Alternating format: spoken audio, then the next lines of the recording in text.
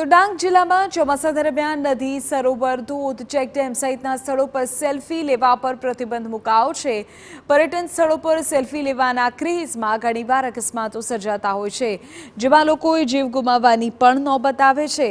ચોમાસા આડે હવે હાથ વહેતું અંતર છે, ત્યારે નદી, ધોધ, ચેકડેમ સહિતના જળાશયો પર કોઈ દુર્ઘટના ન ઘટે તે માટે તંત્ર ચાંપતા પગલાં લઈ રહ્યું છે। ચોમાસામાં નદી, નાળા, ચેકડેમ, ધોધ જેવા સ્થળો પર આ પ્રકારની પ્રવૃત્તિ પર પ્રતિબંધ લગાવાયો છે। સહેલાણીઓ જળાશયો નજીક જોખમી રીતે વાહન પાર્કિંગ નહીં કરી શકે, સેલ્ફી પણ નહીં લઈ શકે। ચોમાસાની શરૂઆત પહેલા ડાંગ જિલ્લા કલેક્ટરે જાહેરનામું બહાર પાડ્યું। નદી, સરોવર અને ડેમ ઉપર થતા અકસ્માતને ટાળવા આગોતરું આયોજન।